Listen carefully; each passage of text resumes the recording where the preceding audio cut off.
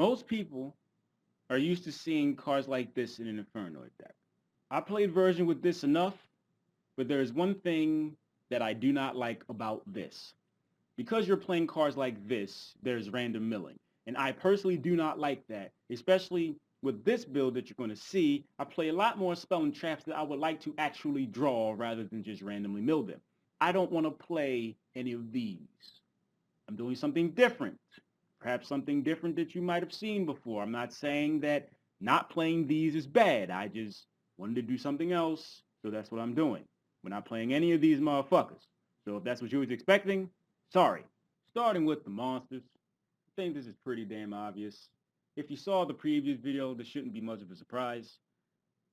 3 Decatron is obvious, and because Decatron's a card, I like to call the next few cards part of the Decatron toolbox. Level 1 snipes face down cards. I don't understand why it has this effect, and if you hit a spell and trap card, they can't chain the targeted card in response.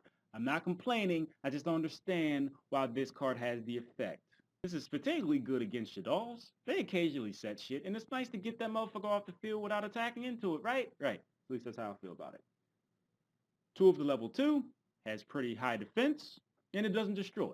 But of course, 2 Harmadic, there's some times where a monster gets destroyed, typically don't make a difference. I don't think it hurts to play the shit. And this did come out in the Mega. It did drop the price a little bit. I think it's still too goddamn high, but ah well. You could play 2 Patrulia, but I personally like playing 3 of the motherfuckers. Because this is a card that you're okay with drawing. If you go second, okay, got another Patrulia. That's cool. So you could summon this, bait some back row out, and then if they get rid of this, you can just normal summon your Decatron, send another Patrulia, so you have a third one in your deck. If that matters, I just like having generic effects like this at 3s, not necessarily with Harmadic because I don't want to blow up a Dante or a Construct. Level 7, untargeted removal, and you don't even have to kill the monster for the effect to activate. Just has to go to the end of the battle phase, and then you get to banish something. And it is 2600. It's pretty big. Something that's not really mentioned is that the high-level motherfuckers have the effect of tributing themselves off during either player's turn. So you can get pass removal. You could perhaps tribute itself so you can summon more Infernoids because they have that dumbass restriction. And the level 8 is pretty good because it's the biggest Infernoid that requires 2 Infernoids to banish to summon it, and it attacks twice. Gets that damage in real quick. And as far as these motherfuckers only play 1 of each because, well, I'm not playing Eye of the Void in this build, and 2, you don't really need 2 of each of them. When these motherfuckers come out, they make a statement. And if these motherfuckers have to come out, shit about to get real. On to the spells. Now, since this is Purenoid, I'm obviously playing some Void cards. So let's get those out the way first. 3 Void Vanishment, and Void Imagination, and Void Seer. This deck now is basically the byproduct of the testing and seeing the things that I like. So, long story short, I played 2 Void Seer instead of 3. I know I was talking about cards great. I still think it's great. But I'd rather be able to search it with Void Vanishment.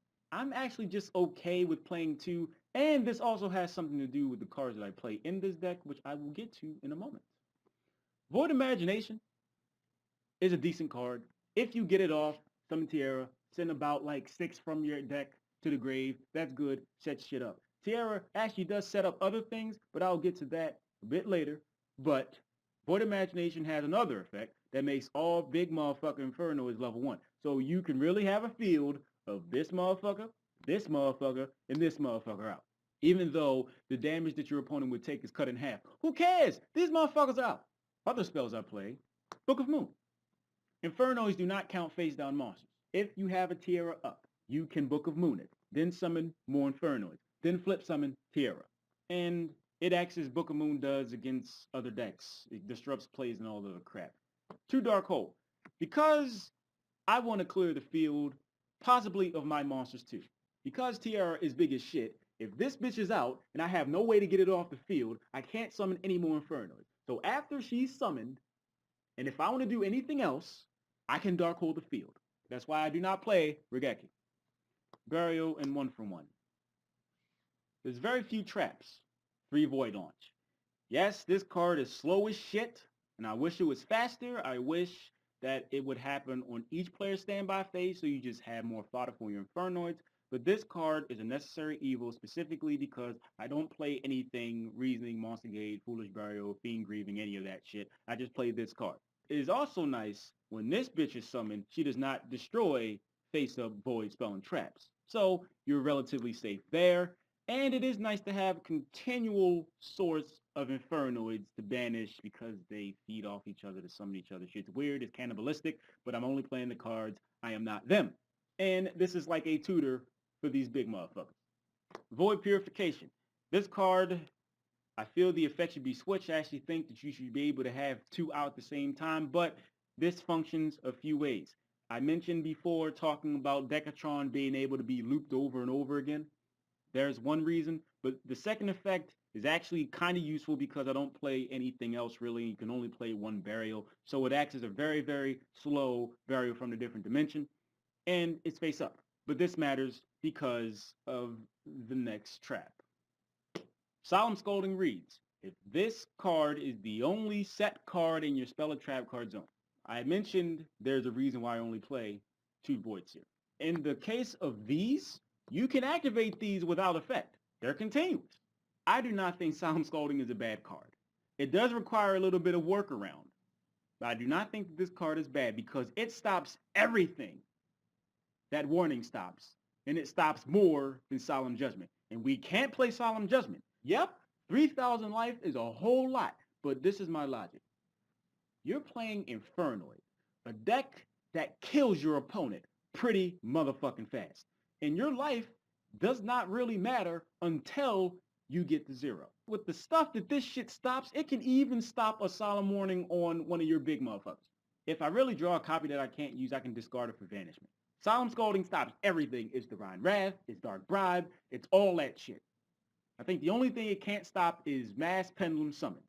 Shout out to the Megatons, because this card was already cheap as fuck as is. I'm just saying I think this card is pretty damn good. And the fact that you can play 3 of it. Wait till you see my Aroma deck profile. I neglected previously to talk about the extra deck, so that's what I'm doing now. Infernoid Tiara has this effect, and you resolve them in sequence depending on how many different Infernoids you used for the summon. The effects typically don't matter. The only one that does is the first one when you use 3 or more monsters, and it reads, each player sends 3 cards from their extra deck to the graveyard. So, you can clearly send another Tiara, but you can also send Elder Entity, because this bitch says, when it's sent to the graveyard, you can blow up a card on the field. So, Void Imagination summons Tiara. Tiara activates the effect to send these bitches, and you get to blow up the field. This bitch is 3,400, so you can attack with 34. And if you want to blow up your Tiara to summon more Infernoids, you can just use the effect to blow up a Tiara. The other monster is Psyframe Lord Omega. Because it conflicts with Void Launch and Void Purification, you normally don't want to summon it like that, even though you could do it. But the effect that matters the most is because Tiara can send this directly to the graveyard, and it reads as follows. If this card's in the graveyard, you could target one card in any graveyard, shuffle both that card and this card into the deck. So if you happen to summon Tiara multiple times in a duel, which typically doesn't happen, but if you get to do it, you can send Psyframe Lord Omega, and you can put something in the graveyard back into the deck. I don't know what you'll be putting back, who knows. But in the event that you do summon this thing, the effects are pretty damn cool. The first effect doesn't really matter. The second one actually does. During your opponent's standby phase, you can target one banished card, put it in the graveyard. As far as the rest of the extra deck, I think Black Rose is pretty good. Blowing up shit is pretty good. Crimson Blader, I think is pretty good. Just because it does prevent your opponent from doing any additional cute shit. Even though you typically don't go into these things because of these cards, but the Infernoids themselves do more work. Gaia Knight and Scrap Archfiend because they don't have effects, so you could synchro into these and then summon more Infernoids because the Infernoid summoning restrictions only go for effect monsters, and that's also why I have Gemini Pearl in here. Diamond Direwolf gets itself off the field while blowing up a card, which I think is pretty important, and because I play 3 level 8s and 3 level 7s, I feel like Dragosek and Felgrand are pretty good candidates. And that right there is the whole deck, extra deck and all, ladies and gentlemen. I actually think that this deck ain't that bad. I actually took time to test it out and figure shit out rather than just wanting to play a card because it looked good. You don't have to take my word for it. I just show you the deck. Feel free to try this shit out yourself. But I think it's pretty decent. And it is fairly low budgeted. So you're welcome. So I'd like to thank y'all for watching. If you would like to help me pay rent, all you got to do is disable ad block, click your dad, woo-too, put it back on. Literally seconds out your day. Thank you very much in advance. It's very much appreciated. And you have my gratitude.